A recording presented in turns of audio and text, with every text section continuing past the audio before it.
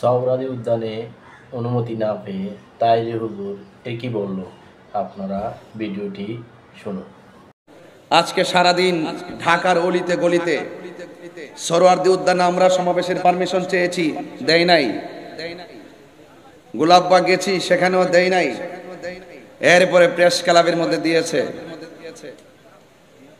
এইরকম তিনটা জায়গায় নড়াচড়া করা মানে হলো আমাদের সাথে বৈষম্য সৃষ্টি করেছে। এই দেশের এক শ্রেণীর মানুষ যদি তারা সোহরাওয়ার্দী উদ্যানে ফিলিস্তিনের সমর্থনে প্রতিবাদ জানাতে পারে, তাহলে এই দেশ হলো আউলিয়া কেরামের দেশ। তরিকাপন্থীরাও সেই ময়দানে ফিলিস্তিনের সমর্থনে ইসরায়েলের আগ্রাসনের বিরুদ্ধে প্রতিবাদ জানাবার অধিকার রাখে।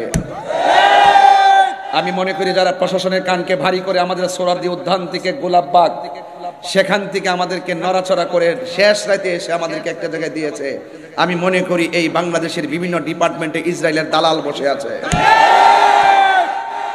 কথা বলেন ঠিক কিনা বলেন?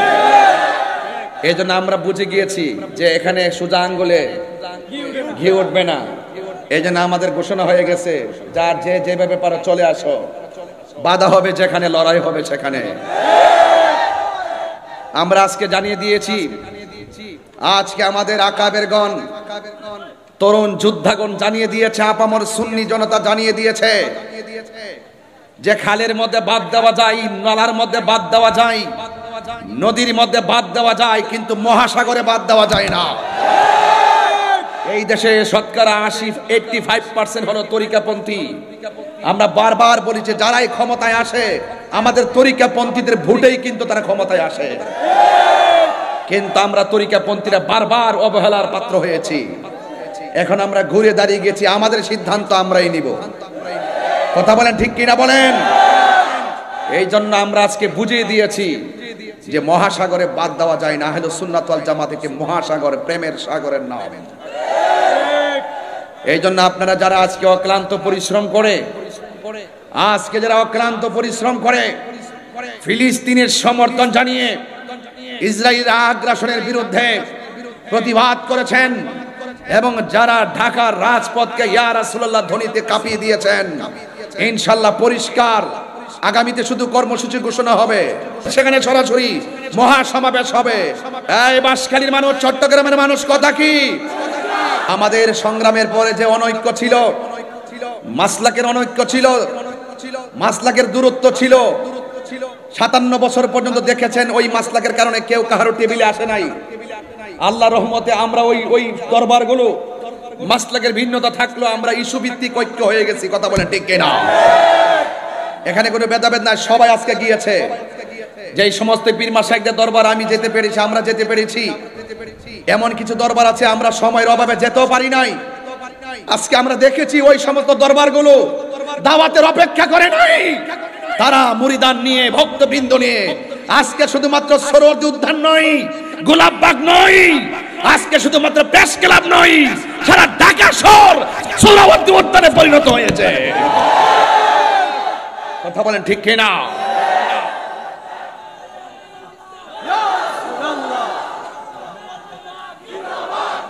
যারা অক্লান্ত পরিশ্রম করে আজকে গিয়েছেন, সারা বাংলাদেশের পীর মাশায়েখ, আপামর মুসলিম জনতা, সুন্নি জনতা, দল মত নির্বিশেষে যারা এসেছেন, আমি সকলকে ধন্যবাদ জানাই। এবং আগামীর যে কোনো কর্মসূচি বাস্তবায়নের জন্য ডাক দিলে আপনাদেরকে কি পাওয়া যাবে? আমরা আর পিছিয়ে থাকতে চাই না, আমাদের অধিকার আমরা আদায় করে নিব ইনশাআল্লাহ। এই জন্য কোন সুন্নি এককভাবে গোপনে সিদ্ধান্ত নেবেন না, সারা বাংলাদেশের আকাবেরগণ সিদ্ধান্ত দিবে এই তৃণমূল সুন্নিরা কোন দিকে যাবে। কথা বলেন ঠিক কিনা? এই জন্য এই দেশ আউলিয়া কেরামের দেশ, এই দেশ বাবা শাহজালালের দেশ। 360 আউলিয়ার পদতলিতে সিলেট ধন্য, 12 আউলিয়ার পদতলিতে চট্টগ্রাম ধন্য। কথা বলেন ঠিক না বেঠিক? শুধু একটা মিস কল দিয়েছি, যদি আমাদেরকে যদি ওই সুযোগটাও যদি না করে দিত, সারা বাংলাদেশ আমরা সোহরাওয়ার্দী উদ্যান বানাই নিতাম। এই দেশে সুন্নিদেরকে বাদ দিয়ে, তরিকাপন্থীদেরকে বাদ দিয়ে অপশক্তিগুলো দেশের মুখপাত্র চাচ্ছে। মনে হয় যেন তারাই একমাত্র ধর্মের মুখপাত্র, এরা ধর্মের নামে অধর্মের চর্চা করে জাতিকে বিভ্রান্ত করছে। কথা বলেন ঠিক কিনা? আজকে দেখেছেন তো শান্তিপ্রিয় কত সুন্দর প্রতিবাদ হয়েছে। যেখানে গরু চুরি নাই, আম চুরি নাই, জুতা চুরি নাই, মারামারি নাই, কাটাকাটি নাই, ধাক্কাধাক্কি নাই, উগ্রতা নাই, সন্ত্রাসী নাই, চাঁদাবাজি নাই, রাহাজানি নাই, ভাঙচুর নাই, অগ্নিসংযোগ নাই, সুন্নি জামাত শান্তির নাম কথা বলেন ঠিক না? আমরা আবারও প্রমাণ করে দিয়েছি। সুতরাং সুন্নিদেরকে ট্যাগ দিয়ে কথা বলবা না। এই দেশে আমরা দেখি সবচাইতে রাজনৈতিকভাবে সুবিধা ভোগ করে ওই শ্রেণীর গোষ্ঠীগুলো যারা ধর্মের নামে অধর্মের চর্চা করে, কথা বলেন ঠিক কিনা? আপনারা সবাই ঐক্যবদ্ধ থাকবেন। আমার আজকে খুব ভালো লেগেছে, আমি দেখেছি আমাদের অনুষ্ঠানের মধ্যে কওমি অঙ্গনের একজন হুজুর, একজন গুরুত্বপূর্ণ হুজুর জুনায়েদ আল হাবিব হুজুর, তিনি নিজেও এসেছেন। আমরা এটাই চেয়েছি, এটাই বোঝাতে চেয়েছি যে এখানে ফিলিস্তিনের ইস্যুতে আমরা ভেদাভেদ নাই, সব যে যেই দল করেন, যেই যে ধর্মের অনুশাসন করেন, সবাই আসার দরকার, কথা বলেন ঠিক কিনা? কিন্তু আমরা দেখি সুন্নিদেরকে মাইনাস করে রাখা হয়, সুন্নিদেরকে দূরে ঠেলে ফেলে রাখা হয়।